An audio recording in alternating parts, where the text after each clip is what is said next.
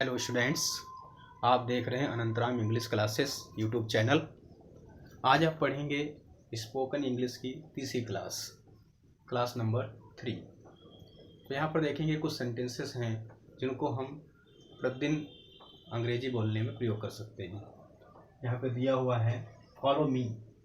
अगर कोई आपके पीछे आ रहा है और लगातार आपके पीछे चलना चाहता है तो उसे क्या कहते हैं? फॉलो मी, मेरे पीछे आओ। या कोई काम आप कर लेते हैं, वो नहीं कर पाता है, तो आप उससे कहते हैं कि फॉलो मी, जैसा जैसा मैं करता हूँ वैसा वैसा तुम भी करते जाओ, तो फॉलो मी वैसा होता है। तो यहाँ पर होल्ड योर टंग। कोई आपसे बातें कर रहा है और बातें करते करते वो उलझ जाता है, जोर जोर से बातें करने लगता है और कुछ अपशब्द कहने लगता है, तो आप उससे क्या कहते हैं? आप उसे उसके अपशब्दों का जवाब अपशब्दों में नहीं देना चाहते हैं, तो आप उससे कहते हैं होल्ड योर टंग। जुबान पर काबू रखो, अपने आप पर नियंत्रण रखो, सोच समझ कर बोलो। Please keep in touch. कोई व्यक्ति जो है वो आपसे उसका काम है और जिस समय वो काम को चाहता है उस समय वो आप नहीं कर पा रहे हैं, लेकिन किसी समय आप उसका काम करेंगे, तो आप उससे क्या कहते हैं? आप हमसे लगातार संपर्क बनाए रखें, मैं आपका काम किसी न किसी दिन सही अवसर आने पर कर दूंगा। तो उसमें आप इंग्लिश में बोल सकते हैं please keep in touch. Spoke your mind. अपने मन की बात कहो। कोई व्यक्ति है वो खुलकर नहीं बोलना चाहता है, तो आप उसे रिक्वेस्ट करते हैं या उससे कहते हैं, सलाह देते हैं उसे, स्पीक योर माइंड, यानी अपने मन की बात बताओ। देखिए, स्पोकन इंग्लिश जो होती है, वैसे इंग्लिश टू इंग्लिश सीखना थोड़ा हार्ड होता है, लेकिन हिंदी से इंग्लिश में समझते हुए अगर हम सीखते हैं तो आसान हो जाता है हमें। क्योंकि हम इंडिया में रहते हैं, हिंदुस्तान में रहते हैं, भारत में रहते हैं, हमारी मदर टंग यानी कि मातृभाषा जो आपकी है वो हिंदी है, तो ये हिंदी हम अच्छी तरीके से समझ सकते हैं। तो हिंदी को समझकर हम इंग्लिश को भी समझ सकते हैं। जब हम हिंदी से इंग्लिश को समझेंगे तो आसान होगा। तो यहाँ पर बोलने को इंग्लिश बोलना कोई हार्ड नहीं है, आप आसानी से बोल सकते हैं, लेकिन इसके लिए निरंतर आपको प्रयास करना होगा। निरंतर हमारे यूट्यूब चैनल पर आपको सब्सक्राइब कर लें चैनल, और लगातार आप जो है क्लास टू क्लास जितनी भी क्लासेस आ रही हैं हमारी स्पोकन इंग्लिश की, इनका स्टडी करें, इनको नोट करें और इनको अकेले में बोलना सीखें। जब आप शर्म लगती है आपको इंग्लिश बोलने की, तो आप क्या करें? Try to speak in a lonely place. You can speak to your little brother, younger brother, you can speak your elder brother, you can speak your mother, you can speak your father। तो आप अपनी family में किसी से भी बात करते हुए आप छोटे छोटे सेंटेंसेस से शुरुआत कर सकते हैं। इसके अलावा आप अकेले में मिरर के सामने खड़े हो जाते हैं, शीशे के सामने खड़े हो जाते हैं, फेस टू फेस एक दूसरे से बात करते हैं, अपनी परछाई से बात करते हैं। तो इस तरीके से आपकी आदतें पड़ जाती हैं, आप बोलना सीख सकते हैं। धीरे धीरे आप अपने फ्रेंड्स के साथ में छोटे छोटे सेंटेंस बोल सकते हैं, और उसके बाद में फिर टीचर्स के साथ में डिस्कस कर सकते हैं। छोटे छोटे सेंटेंस से शुरुआत करेंगे, फिर थोड़ा बड़े सेंटेंस बोलेंगे, धीरे धीरे आप स्पीक फ्लुएंटली बोलना शुरू कर देंगे। That is very easy, it is not hard.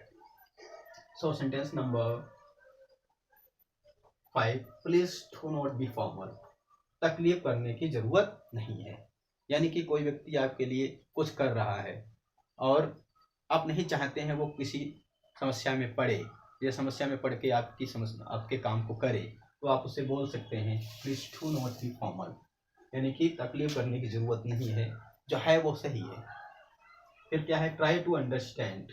समझने की कोशिश करो। कोई व्यक्ति आप उसे बार बार समझा रहे हैं, वो समझ नहीं पा रहा है, उसे आप इंग्लिश में बोल देते हैं ट्राई टू अंडरस्टैंड, समझने की कोशिश करो। फिर किसी को कोई हुआ है, कोई परेशानी है, कोई दिक्कत है, तो आप उससे पूछते हैं व्हाट हैपेंड, क्या हुआ, आखिर आप इतना उदास क्यों, why are you so sad, what happened. फिर आप देखते हैं वो थोड़ा नाराज है, तो क्या कहते हैं? आर यू एंग्री, आप नाराज हैं क्या। उसके बाद में आप क्या देखते हैं? यहाँ पे आप ये देखते हैं कि एक सेंटेंस आया है मनी एंस मनी। यानी आप किसी से, ये कहावत है मनी एंस मनी, पैसे से पैसा पैदा होता है। मनी एंस मनी यानी कि पैसे से पैसा पैदा होता है, ये आपकी कहावत है। तो बोल सकते हैं आप किसी से भी कि मनी एंस मनी, पैसे से ही पैसा पैदा होता है, बिना पैसा लगाए पैसा नहीं पैदा होता है। तो फिर क्या हुआ है?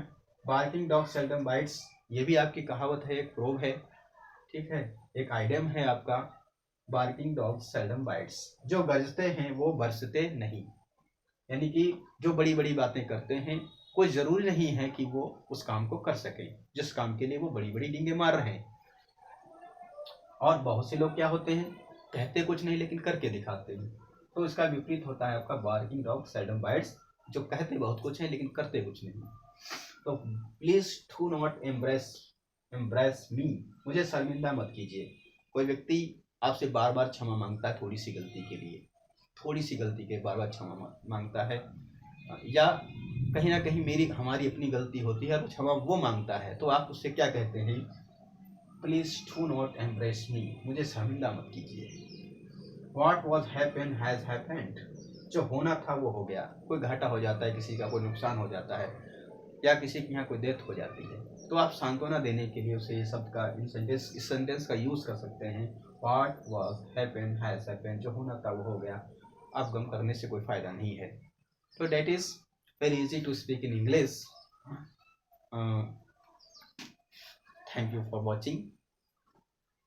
लाइक करें, सब्सक्राइब करें, ताकि आपको लगातार जितनी भी वीडियो हमारे हैं वो आपको मिल सकें और आप स्पोकन इंग्लिश अच्छी तरीके से तैयारी कर सकें। Thanks for watching.